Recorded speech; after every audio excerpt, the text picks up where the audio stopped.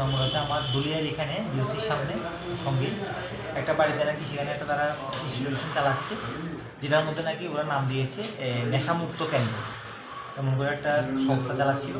তো ওটা সম্পর্কে আজকে বেশ কয়েকদিন ধরেই স্যারের কাছে একটা কমপ্লেন এসেছিল যে এখানে যাদেরকে নেওয়া হচ্ছে তাদেরকে নাকি জোর করে নেওয়া হচ্ছে এবং নেওয়ার পর ওনাদেরকে ঠিকমতো যেটা খাবার দেওয়ার কথা সেটা দিচ্ছিল না। এবং এটা না শুধু খাবার দিচ্ছিল না, সেটা একটা ইস্যু ছিল, আর একটা ছিল ওদেরকে যে ফুডিং লজিংয়ের যে ব্যাপারটা সেটা তারা ঠিকমতো দেখছিল না এবং ওদেরকে খুব বেধড়ক সেখানে পিটানো হচ্ছিল, কোনো একটা কমপ্লিট ছিল।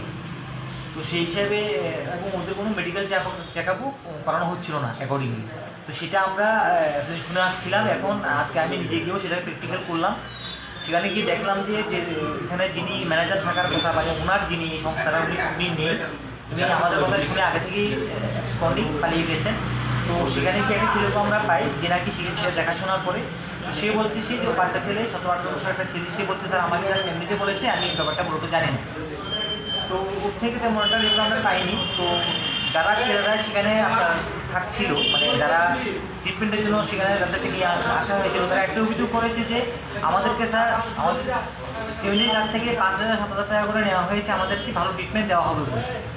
প্রথমে ওদেরকে সেখানে আনা হয়, আনার পরে 2 একদিন রাখার পরে ওদেরকে ঠিকমতো খাওয়ারও দেওয়া হয় না এবং ইভেন তারা এটাও কমপ্লেন করে যে ওদেরকে ঠিকমতো জল পর্যন্ত দেওয়া হচ্ছে না এবং ওরা ব্রাশ করছে না। ওদেরকে তারা বলছে আমাদের তাদের অবস্থা দেখুন, আমরা আসার পরে আমাদেরকে এখন একদিন পর্যন্ত আমাদেরকে জলও দিচ্ছে না, কোনো ব্রাশও আমরা করতে পারছি না। মানে আমরা খুব বাজে অবস্থায় আছি, একদম ইনসিনেটারি কন্ডিশন, কোনো ভালো কোনো কন্ডিশন নেই, জল নেই, আনহাইজেনিক অবস্থা। নিচে মানে একদম ব্যাগের মধ্যে মাটির মধ্যে ওরা ঘুমাচ্ছে, যদিও ফ্লোরের মধ্যে ওরা ঘুমাচ্ছে কাঁথা বিছিয়ে বা বেডশিট বিছিয়ে, কোনো ভালো থাকার ঘুমানোর সেখানে কোনো লজিংয়ের ব্যবস্থা নেই। তারপর তারা বললো কি যখন তারা কোনো খাদ্য ডিমান্ড করছে বা জল চাইছে ওদেরকে খুব বেধড়ক পিটানো হচ্ছে। অনেকে আমাকে দেখালো যে সামনে দাঁড়িয়ে তারা ভিডিওগ্রাফিও দেখিয়েছে এবং আমি নিজেও দেখলাম যে তারা ব্যাগ পোষায়, মানে পাছাতে অনেক ব্যাগের দাগ, মানে এত ওদেরকে বেধড়ক পিটানো হয়েছে, লাল লাল দাগ করা হয়েছে, ফোসকা পড়ে গেছে। এগুলি খুবই দুঃখজনক। তখন আমরা ওদেরকে জিজ্ঞেস করলাম এবং ওদের ফ্যামিলির ঠিকানা নিয়ে সেটা আমরা জানলাম। এবং এখানে তারা যেটা বললেন আমরা যেটা ডাটা চেক করে দেখলাম, যেখানে যে টোটাল 43 মানে 43 জনকে আনা হয়েছে এক মাস 10 দিনের মধ্যে।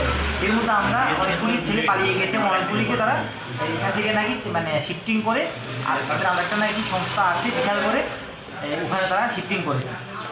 তো এর মধ্যে তারা কয়েকজন আমার কমপ্লেনও করলো যে স্যার আমাদেরকে খুব কোনো প্রতিবাদ করলে আমাদের খুব বেধড়ক পিটানো হয় এবং খুব যথেষ্ট ব্রুটালি ওদেরকে মানে সিভিল ওদেরকে ইনজিউর করা হয়, মারা হয়। ওই করোনা ধরে কে এটা মালিক কে? এটার মালিক বলতে যেটা কমপ্লেন করেছিল মান্নান চৌধুরী বলে একজন ব্যক্তি, ওনাকেও আমরা পাইনি। উনিও আমাদের কথা যখন শুনেছেন উনি ওখান থেকে পালিয়ে গেছেন, যদিও পরে থানার পুলিশ ওসি সাহেবরা ওনাকে সেখানে ধরেছেন। উনি এখন থানাতেই আন্ডার কাস্টডিতে আছেন, পুলিশের নজরদারিতে আছেন।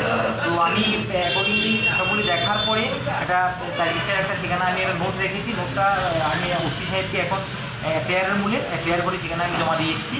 এখন যেটা করার সেটা পুলিশ এখন করবে পুলিশের তরফ থেকে। ওটা কি বন্ধ করে দেওয়া হয়েছে কি? আর এটা আমি অথরিটির আদেশ নিয়ে সিল করে দিয়েছি, চাবি আমার কাছে আছে, আমি এটা আগামী দিন স্যারকে দিয়ে দেবো। এখন নেক্সট কোর্স অফ একটা যেটা হওয়ার সেটা পুলিশ করবে।